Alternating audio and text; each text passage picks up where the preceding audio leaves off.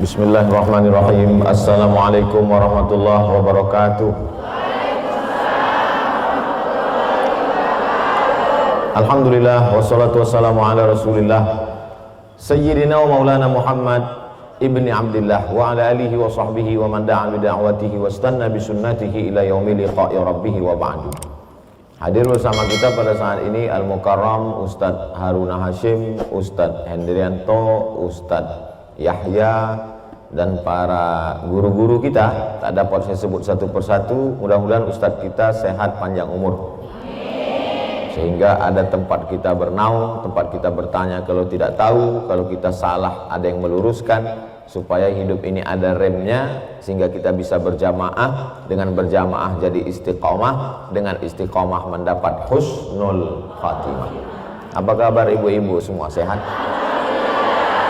Kalau ibunya sehat, anaknya sehat, bapaknya sehat, satu keluarga jadi ya, semua berawal dari ibu. Kalau ibu sakit, anaknya tidak terurus, bapaknya dilarikan pelakor. Oleh sebab itu ibu mesti sehat terus.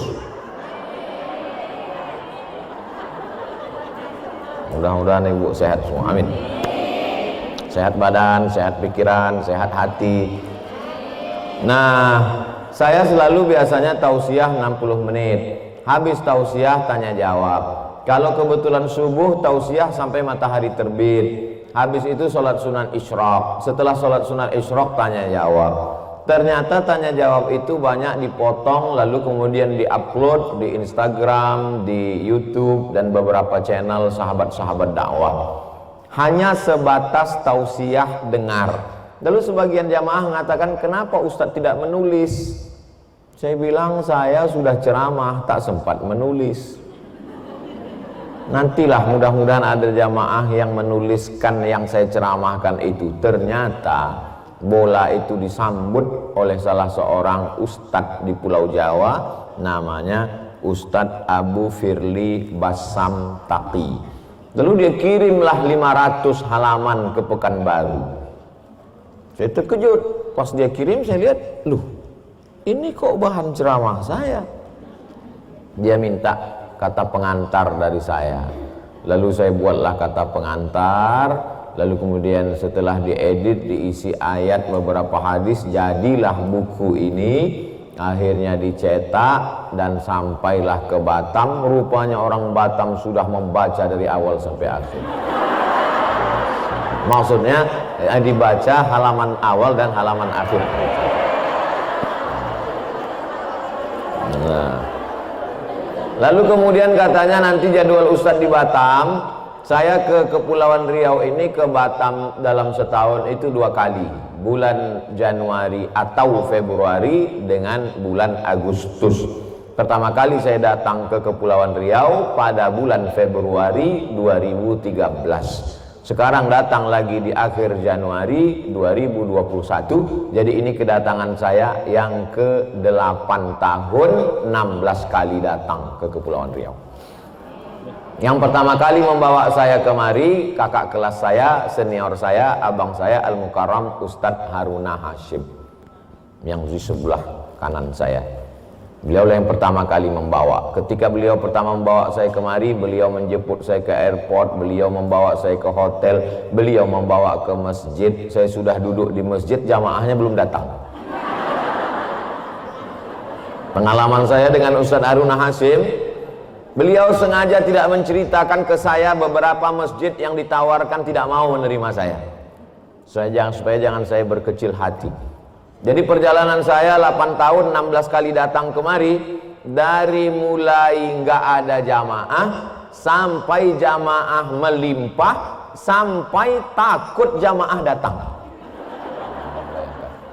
Sekarang kita sampai pada fase yang ketiga, takut jamaah datang, maka dibuatlah acaranya tertutup pakai tiket, yang nggak punya buku nggak boleh masuk. Supaya andai ini dibuat terbuka, melimpah ruah. Begitulah perkembangan dakwah kalau disokong, disupport oleh orang-orang yang ikhlas karena Allah Subhanahu wa taala. Jadi kalau hari ini jamaah melimpah ruah mendatangi tabligh akbar kajian Ustaz Abdul Somadnya tidak berubah. Abdul Somad yang 2013 dengan yang 2021 justru lebih ganteng yang 2013. Sekarang sudah tua. Lalu kemudian kenapa jamaah sekarang lebih banyak datang? Allah punya kuasa. La haula wala quwata illa billah. Semua ini adalah jerih payah jamaah. Hai Abdul Somad, kau jangan sombong, kau jangan angkuh, kau jangan takbur. Ini adalah buah dari perjuangan orang-orang di balik layar yang tidak kelihatan di permukaan. Doa mereka, munajat mereka di tengah malam sehingga terbuka pintu hati jamaah. Lalu kemudian hadirlah 500 orang. 500 orang ini pulang ke rumah, dia cerita ke suaminya, menjadi 1000 orang. Yang 1000 ini menceritakan ke anaknya, menjadi 1500. Diceritakannya ke menantunya, menjadi 2000 orang. Diceritakannya ke cucunya, menjadi 2500 orang. Diceritakannya ke tetangganya, tak terhitung lagi, payah udah itu. Berawal dari satu orang, ayyahdiyallahu bika rajulan wahidan, satu orang dapat hidayah karena mulutmu, khairum min humurin na'am, lebih baik daripada seekor unta merah kendaraan termahal. Satu orang dapat hidayah karena mulutmu, lebih baik daripada dunia beserta isinya. Makanya jangan pernah ibu-ibu meninggalkan kajian, karena ibu ulah menjadi tiang negeri ini. An-nisa imadul bilad, perempuan tiang negeri, tiang negara. Kalau tiangnya baik, insya Allah Batam, Kepulauan Riau menjadi baik. Saya susah menceritakan tiang karena memang tempat ini tak ada tiangnya. Saya dimintakan membacakan buku ini dari awal sampai akhir. Bahasa Arabnya mustahil.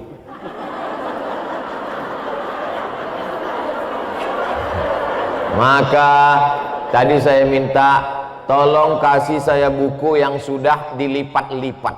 Akhirnya ada beberapa halaman yang dilipat-lipat. Nah, jadi yang saya baca yang dilipat-lipatnya aja. Dan yang melipat bukan saya.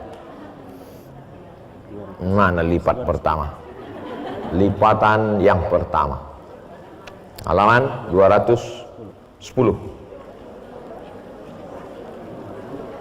Nanti kalau yang lain kita buka setelah saya baca lipatan-lipatan ini, lalu kemudian ibu-ibu mau bertanya, nanti kita serahkan ke moderator. Saya justru bingungnya di halaman sekian Pak Ustadz. Nanti, sekarang jangan dulu. Halaman 210. Suami saya bilang kalau nafkah itu hanya cukup dengan makan dan pakaian saja. Asal kasih makan, kasih pakaian, cukup. Jangan kau minta-minta. Balikkan kau nanti. Yang lainnya nggak perlu. Sedangkan saya tidak pernah diberi nafkah selama saya menikah. Bagaimana hukumnya Pak Ustadz? Jadi dengan membaca buku ini kita dapat pengetahuan, dan dengan membaca buku ini meringankan beban ibu-ibu yang selama ini dikasih nafkah tapi sedikit. Dengan membaca halaman 210 ini, ternyata ada yang lebih parah dari aku lagi. Tapi jangan sampai ini dibaca bapak di rumah. Nanti kalau dibacanya, oh ternyata baik aku daripada dia lagi. Nah, lalu apa jawaban Ustadz Somad di sini?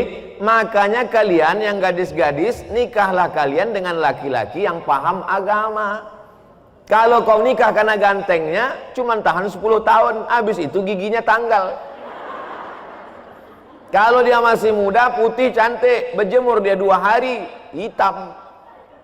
Bahkan ada sebelum berjemur udah hitam. Oleh sebab itu menikah. Saya dulu waktu sebelum Covid ini ceramah agak tenang saya. Kenapa? Nampak saya ibu kalau senyum ketawa, nampak dari mana suara itu datang. Sekarang sejak pakai masker ini bingung kita. Mulut tiba-tiba kiki kiki kiki gitu. Oleh sebab itu menikahlah dengan dia karena agamanya.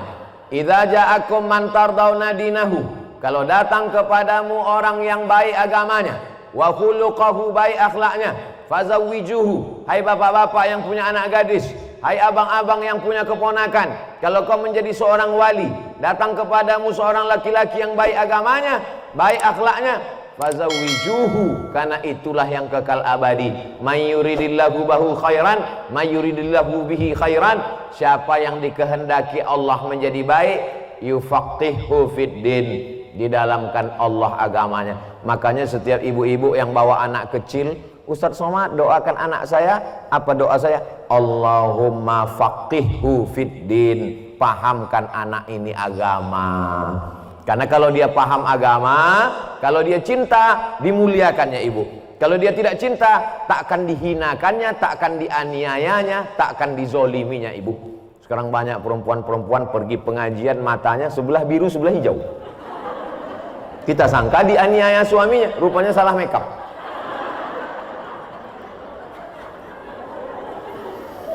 Kewajiban suami itu adalah satu, ngasih makan. Yang kedua, pakaian. Yang ketiga, tempat tinggal. Yang keempat, pendidikan. Yang kelima, perhatian. Ibu sudah makan?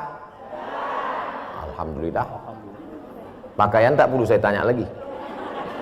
Tempat tinggal, alhamdulillah. Pendidikan, kalau sanggup bapak mendidik ibu, didik dia. Kalau tak sanggup, serahkan, suruh pengajian. Bang, aku mau ikut pengajian Ustadz Haruna Hasyim di Masjid Jabal Arafah ya. Pergilah Adinda, pergilah pengajian. Aku tak sanggup mendidik kau. Pergilah kau pengajian. Sudahlah tak sanggup mendidik, dilarang pula pengajian. Kau jangan pengajian, di rumahnya aja. Mari bodoh sama aku. La ilaha illallah. Kalian akan susah kalau mendapat suami yang tak tahu dan hak dan kewajibannya. Jangankan punya suami yang tak tahu hak dan kewajibannya, main bola sama orang yang tak tahu tiang gawang, tak tahu outside, tak tahu handball, tak tahu outside, tak tahu dia. Nakanya wasit ngasih tahu dulu, ini nanti begini, ada namanya statuta yang disusun oleh FIFA. Itulah makanya sebelum pernikahan ada yang disebut dengan kursus perkahwinan. Sekarang Kementerian Agama membuat kursus itu. Dulu Bapak Kepala Kantor Kementerian Agama datang ke saya, Ustadz Somad, nanti sebelum anak-anak muda lajang gadis ini menikah, kita akan buatkan kursus 2 SKS, kita buatkan ujiannya, kita buatkan ruangan yang cantik pakai AC. Siap Pak, saya bilang. Dia ngasih tahu saya itu sekitar 10 tahun yang lalu. Sampai sekarang tak kami lanjutkan. Entah saya tak diajaknya, Allahu a'lam. Jadi kalau begini kejadiannya, macam mana solusinya? Panggillah suamimu itu. Kamu perempuan mempunyai wali. Wali perempuan ini berapa orang? Ada 6 wali. Yang pertama, ayah. Yang kedua, kalau di kampung kami namanya grandfather, mbah, datuk, engkong. Yang ketiga, abang, laki-laki. Yang keempat, adik, laki-laki. Yang kelima, abang ayah, kakak ayah, laki-laki. Yang keenam, adik ayah, laki-laki. 6 orang itu datang Pak Ustadz, salah satu. Keenam-enamnya datang, mantap. Bawa ke 6. Keenam-enamnya itu tentara pula, bagus. Nah, panggillah dia, letakkan pistol di atas. Mana laki kau tuh, bawa sini. Lalu wali itulah yang menasehati suami ibu. Jadi ibu jangan merasa takut, ini kan hak privasi saya dengan suami saya. Ini kan koridor antara saya dengan suami saya. Orang di luar saya tidak boleh masuk. Dia tidak mengerti ajaran Islam. Dalam ajaran Islam, ayah, datuk, abang ayah, adik ayah, abang kandung, adik kandung, mereka boleh masuk ke tanah lapang sepak bola karena mereka adalah bagian dari permainan sepak bola. Jadi jangan nanti kalau ayahnya katanya kamu tidak memberi nafkah anak saya ya, Pak, jangan ikut-ikut privasi kami. Ini orang tak paham ajaran Islam. Kenapa ibu bisa nikah sama dia? Dia tak paham ajaran Islam. Itulah Pak Ustaz, saya tak paham, dia tak paham. Karena sama tak paham, inilah kami nikah sebenarnya.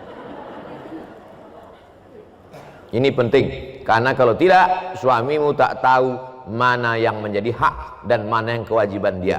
Ternyata ini diambil dari tanya jawab di Masjid As-Sajadah tanggal 10 bulan 5 2018. 19, 20, 21, 3 tahun yang lalu. Menulislah supaya orang di masa akan datang tahu bahwa kau pernah hidup di masa lalu. Andai ceramah Ustaz Somad tidak dituliskan, hilanglah ini.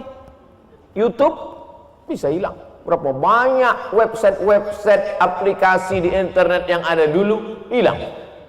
Tapi begitu ditulis, andai hilang buku di Pekanbaru, maka masih ada 15 buku di Batam. Hah?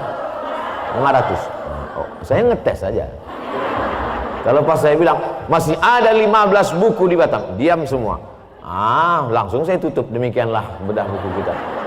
Berarti semuanya tak sadar, error. Kita lanjutkan lipatan halaman 211. Betul 211. Apa hukum istri ikut mencari nafkah sedangkan dia harus mengasuh anak? Ini namanya PKK, perempuan kurang kerjaan. Apa pula kau ikut? Tugasmu hanya menjaga anak-anakmu saja. Kau susukan anakmu, kau kandungkan anakmu, kau susukan dia 2 tahun, kau didik dia, kau hafalkan bacaan surat-surat pendek ke telinganya, kau lafazkan Al-Fatihah, kau bukakan Iqra, kau tunjukkan dia mana baik mana haram. Sebelum dia tidur malam kau ajarkan wudhu. Nah, sebelum tidur malam wudhu dulu ya. Begitu ibu-ibu yang udah ngaji sekarang. Ibu-ibu zaman dulu cuci muka, cuci tangan, cuci kaki, makan obat cacing.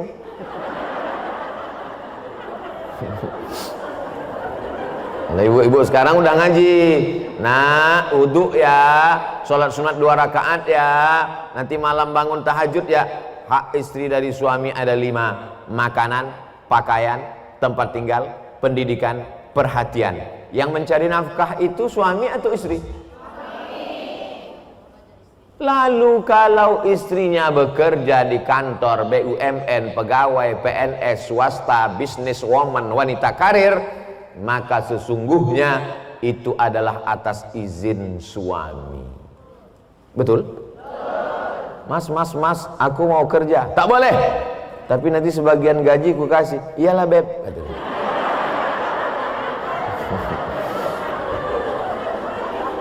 Tapi kalau kita susah, istrinya mau berbagi, ya biar sah.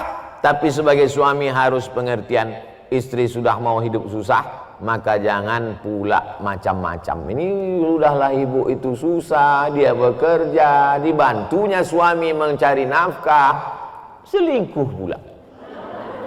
Ini suami-suami yang model macam ini nanti cocoknya kita kumpulkan rame-rame, kita bawa ke jembatan Barelang. Setuju ibu? Wah, sadis. Saya mancing aja. Maksud saya itu saya bawa ke jembatan Barelang, kami mau makan bersama siang, foto-foto di situ. Bukan mau saya tulakkan ke bawah. Hah? Ya, nanti. Jadi ibu punya gaji, bekerja. Bapak juga punya gaji, bekerja. Apa beda gaji bapak sama gaji ibu? Di dalam gaji bapak ada hak ibu, tapi di dalam gaji ibu tak ada hak bapak. Betul? Ya, tepuk tangan dulu. Ini belum habis. Maka gaji ibu bulat gaji ibu, tidak dikurangi makan, tidak dikurangi pakaian, tidak dikurangi rumah, tidak dikurangi pendidikan, tak dikurangi perhatian, bulat. Tiba-tiba bapak tuh di PHK, dirumahkan, nauzubillah. Malang tak dapat ditolak, untung tak dapat diraih, dirumahkan dia. Lalu kemudian apa kata ibu? Bang, aku tahu kau susah. Jangankan gaji nih bang, nyawa aku berikan.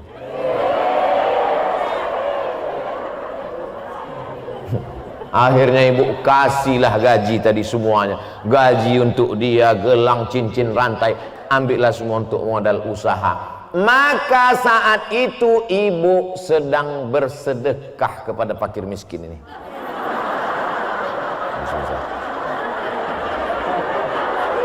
Ibu sedang berbuat baik. Tapi akadnya bukan nafkah. Pemberian suami kepada istri adalah nafkah. Nafkah itu hukumnya wajib. Sedangkan ibu memberi ke dia tadi bukan nafkah, tapi itu tolong menolong. Bang, kata Ustaz Somad, menolong fakir miskin itu wajib. Maka aku tolong kau bang.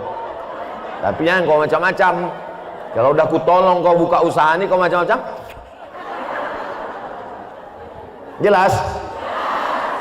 Janganlah ibu dibodoh-bodohinya. Nikah, begitu nikah, surat tanahmu, surat mobilmu, surat rumahmu, STNK-mu, BPKB-mu, surgamu di bawah tapak kakiku. Gitu. Saya punya anak perempuan, saya punya keponakan perempuan, saya tak ada anak perempuan. Takut, saya tak ada anak saya. Saya tak punya perempuan. Saya punya keponakan perempuan. Tapi ceritanya ini mesti diklarifikasi. Waktu adik saya laki-laki, saya kuliah ke Maroko. Tahun 2006 menelponlah dia. Aku mau nikah, kata dia.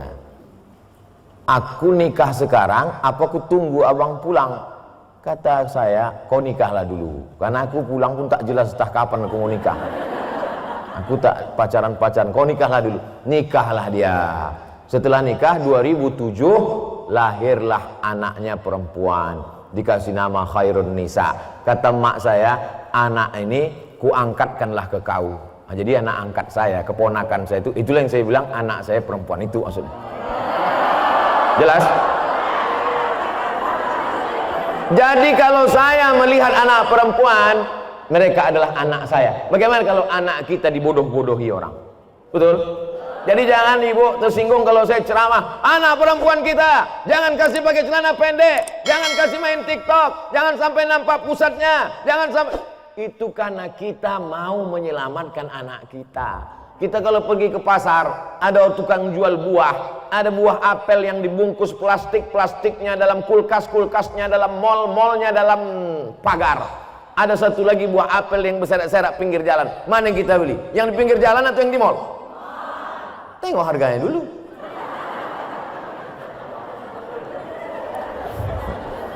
Orang selalu mau yang tertutup. Itulah maka ibu-ibu ini tertutup sekarang.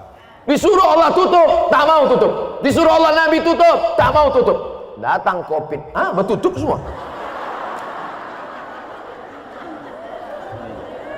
Halaman 329. Halaman 329. 329.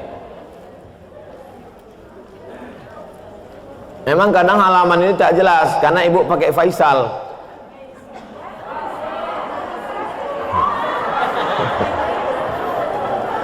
Mana ya Faisalnya? Mana Faisal? Datang Faisal, aku enggak yang tutup wajah itu, gitu. Halaman 329. Udah nampak? Apa hukum bersedekah kepada rumah ibadah orang non muslim dengan maksud berperilaku toleransi kepada umat beragama?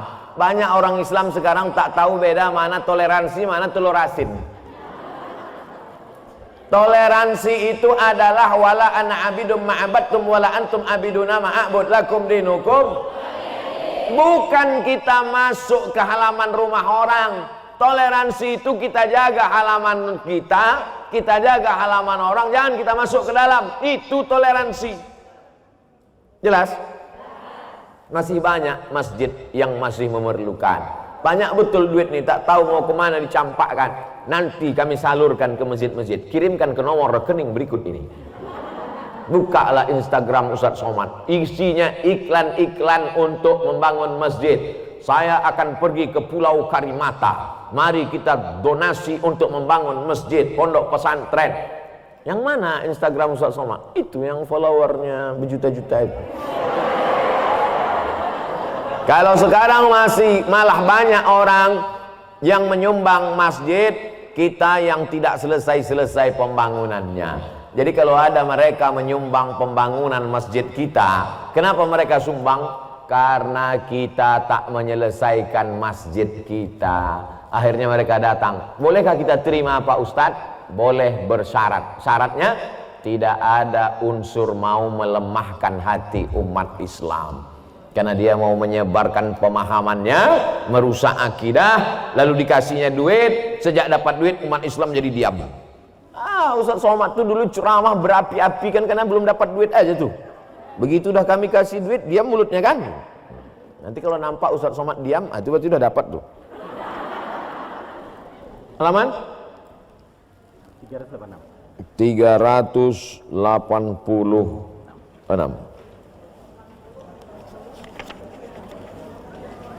386. Bagaimana pentingnya sanad keilmuan dalam Islam? Karena sebagian orang ada yang mempermasalahkan orang belajar dari buku tanpa guru. Dari mana kau belajar ini? Dari Buya Yahya. Buya Yahya itu belajarnya dari mana? Dari Al-Ahqaf University Yaman, dari Habib-Habib di Yaman. Habib-Habib di Yaman itu dari mana?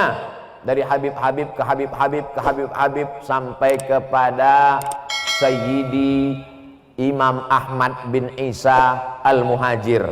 Itulah keturunan Nabi yang pertama yang sampai ke Hadramaut Yaman, Tarim. Namanya Sayyidi Ahmad bin Isa Al-Muhajir. Nama ayahnya Isa Al-Muhajir. Isa ini nama ayahnya Muhammad An-Naqib. Muhammad An-Naqib ini nama ayahnya lupa pula, Ali Al-Uraidi. Ali Al-Uraidi nama ayahnya Ja'far Shadiq. Ja'far Shadiq ini nama ayahnya Muhammad Al-Bakir. Muhammad Al-Bakir nama ayahnya Ali Zainal Abidin. Ali Zainal Abidin nama ayahnya Husain. Husain nama ayahnya Ali. Ali punya istri Fatimah. Fatimah punya ayah Sayyidina wa Maulana Muhammad sallallahu alaihi. Silsilah keilmuan itu disebut dengan sanad. Apa namanya? Sanad, bukan somat. Dari mana kau dapat pengajian ini? Dari Masjid Jabal Arafah. Siapa yang ngajar? Ustadz Haruna Hasim. Ustadz Haruna Hasim dapatnya dari mana? Dari Al-Azhar Kairo. Ulama Azhar itu dari mana? Ulama Azhar dari Syekh Ali Jum'ah. Di antara ulama Azhar, banyak lagi ulama Azhar. Syekh Ali Jum'ah dari mana? Dari guru-gurunya, bersanad sampai kepada Imam Syafi'i. Imam Syafi'i dapat dari mana? Dari Imam Malik bin Anas. Malik bin Anas dari mana? Dari Abu Zinad. Abu Zinad dari mana? Dari Al-A'raj. A'raj dari mana? Dari Abu Hurairah. Abu Hurairah dari mana? Dari Sayyidina wa Maulana Muhammad sallallahu alaihi wasallam. Dapat kau dari mana ini? Dari majelis taklim, majelis zikir Bismillah. Masih ramai? Majelis Bismillah ini dari mana? Dari Ustadz Asep Robani. Ustadz Asep dari mana? Dari Abah Anom Suryalaya. Abah Anom dari mana? Dari ayah beliau, dari kakek beliau Muhammad Nur Kiai Haji. Dari mana? Sampai kepada Syekh Ahmad Khatib Sambas. Syekh Ahmad Khatib Sambas dari mana? Dua jalur. Satu kepada Syekh Abdul Qadir Al-Jilani, satu kepada Syekh Bahauddin Naqsabandi. Maka disebut dengan TKN, Tarekat Qadiriyah Abdul Qadir Jilani, Naqsabandiyah Bahauddin Naqsabandi. Sampai kepada Sayyidina Muhammad sallallahu alaihi wasallam. Silsilah itu disebut dengan sanad. Kau dapat dari mana? Dari www.google.com. Google dapat dari mana? Dari entah dari mana. Google itu cerdas, tapi dia tak tahu membedakan mana halal mana haram.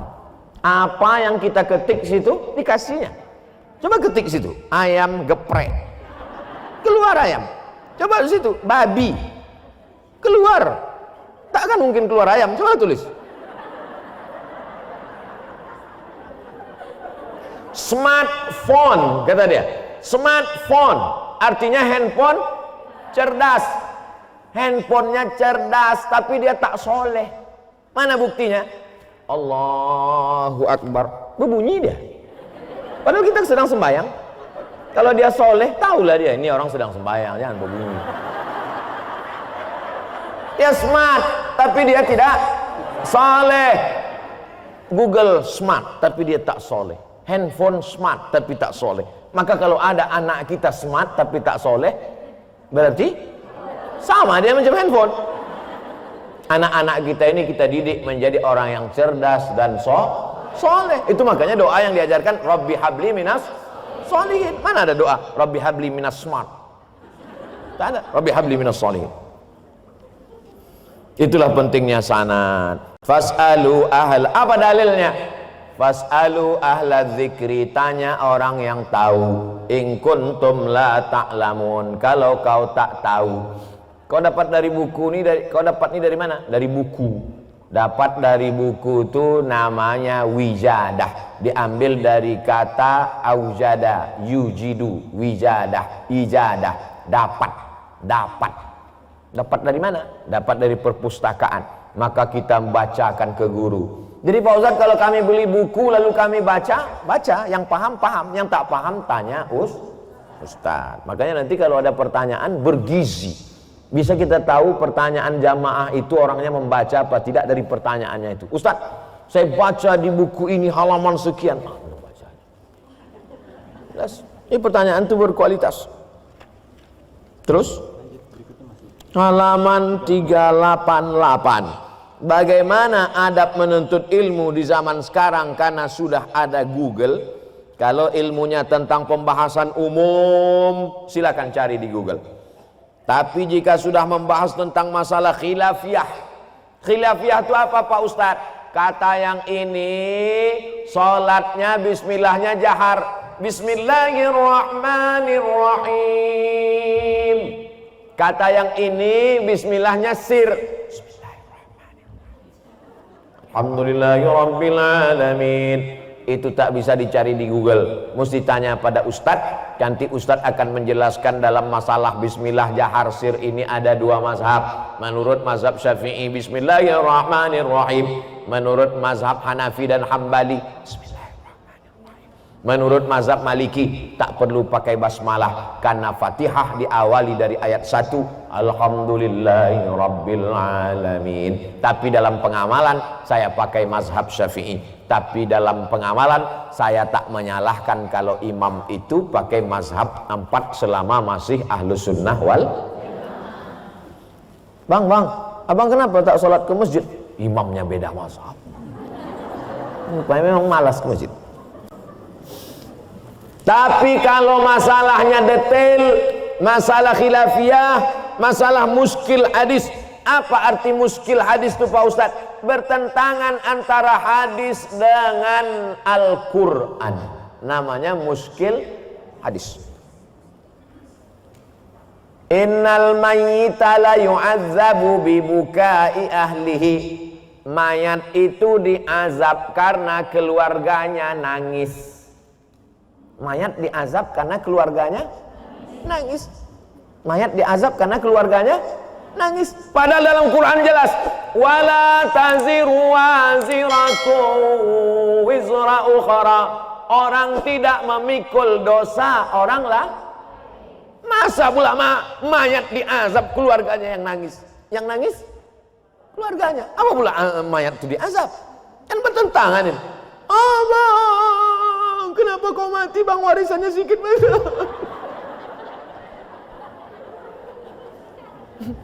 Kenapa pula suaminya diazab, istrinya menangis?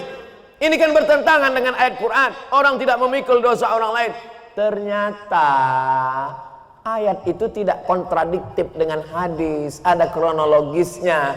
Kenapa keluarganya nangis, orang mati diazab? Karena orang mati zaman dulu sebelum mati dia berpesan, nanti kalau aku mati kalian nangis kuat-kuat. Makin kuat nangisnya, makin tinggi levelnya. Jadi kalau nangisnya slow, itu kelas ekonomi. Tapi kalau nangisnya sampai meraung, mencakar-cakar dinding, wah, memukul-mukul pipi, menarik-narik rambut. Makanya dalam hadis dikatakan laisa minna man darabal khudud. Siapa yang memukul-mukul pipi, wasaqqal juyub, merobek-robek kantong. Itu kelas paling atas. Pukul pipi, robek kantong. Yang paling atas lagi, pipi orang dipukulnya. Maka sebetulnya hukum mayat diazab karena tangisan keluarganya itu adalah kalau sebelum mati dia berpesan, nanti sebelum mati aku ini ada duit, undanglah grup menangis. Zaman sekarang masih ada gak tuh? Ada. Di beberapa daerah masih ada. Tapi saya tak mau sebutkan di sini. Nanti kalau diupload mereka menuntut saya ke pengadilan. Asosiasi Grup Nangis menuntut Abdul Somad. Halaman berapa lagi? Langsung 451. Halaman 451. 4 Pak Ustadz. 4 pun jadi. Akhir-akhir ini kita sering jumpai akhlak murid yang tak pantas kepada gurunya. Padahal zaman dulu ketika kita dimarahi guru, kita menerimanya dan orang tua memakluminya. Apakah keadaan ini termasuk wajar di akhir zaman Pak Ustadz? Tidak ada yang wajar. Jangan nanti kita berkata wajar. Bu, kenapa rok anak ibu pendek sekarang? Dulu memang tak wajar, sekarang udah wajar.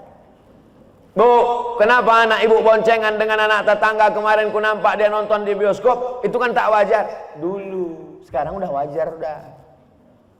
Ada perubahan dulu dengan sekarang? Tak ada, sama. Lalu kenapa ini dianggap orang wajar? Dulu orang tua menganggap guru itu sebagai kawan, sahabat. Ibu tak sanggup mendidik anak ibu, aku pun tak sanggup mendidik anakku, Bu. Maka ku serahkanlah dia kepada kawanku. Siapa kawan Ustadz itu? Guru. Maka kita cium tangan guru itu karena dia sudah menyelamatkan kita dari neraka jahanam. Jangan kita mata-matai dia. Ini anak kita balik sekolah, mana telinga kau ini jawabannya tadi? Mana yang biru-biru kulitmu tadi yang dipukulnya? Guru itu bukan pegawai laundry yang kita gaji untuk mencuci anak kita yang kotor. Mereka adalah saudara kita yang menyelamatkan kita dari azab neraka jahanam. Bagi yang selama ini menyepelekan guru, alhamdulillah sekarang barulah dia tahu 80% orang tua meminta supaya anak masuk sekolah tatap muka, saking dia tak sanggup lagi jadi guru dah. Betul tak ceritanya? Mengaku guru-guru cadangan. Sanggup. Saya tablik akbar di Batam full dari jalan ke jalan. 2 kali tablik akbar paling besar di Batam. Yang pertama, yang kedua dengan Habib Syekh. Kalau udah tablik akbar Abdul Somad, terdiam semua jamaah. Begitu saya diundang ke salah satu sekolah di Jalan Harapan Raya Pekanbaru, anak TK semua. Macam sarang lebah. Assalamualaikum. Dia pun ngobrol. Pertama saya senyum. Begitu udah 5 menit, mak gawat nih saya bilang. Kacau ini. Akhirnya saya panggillah kepala sekolah. Ibu kepala sekolah, kita kalau jumpa buaya-buaya garang, panggil pawangnya kan. Datanglah kepala sekolah, kecil aja kepala sekolah. Anak-anak sekalian, lihat ibu nak, dengarkan Ustadz Somad ya. Diam mereka semua.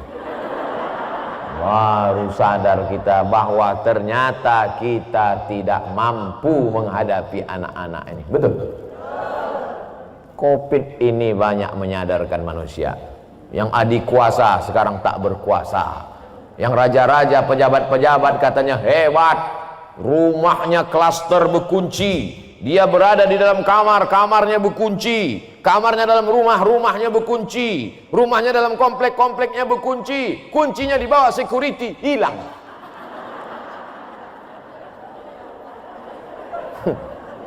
Kena Covid sendirian, mati.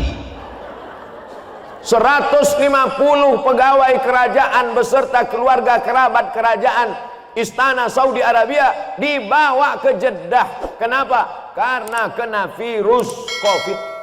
Bayangkan itu, saking hebatnya Covid ini. Menyadarkan guru-guru yang selama ini disepelekan, diremehkan. Berapalah gaji guru? Hanya cukup untuk beli tahu, kata orang. Sekarang baru dia tahu berat ternyata mendidik anak-anak ini Pak Ustadz ya. Apa efek dari tidak belajar tatap muka? Dulu belajar tatap muka, anak-anak kita disiplin bangun pagi, disiplin mandi pagi, disiplin gosok gigi. Sekarang enggak. Dia ketemu layar itu pula lama.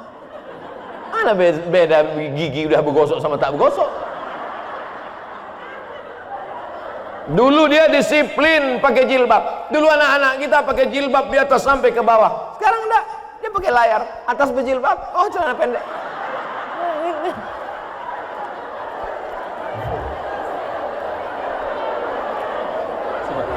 Hah? Habis?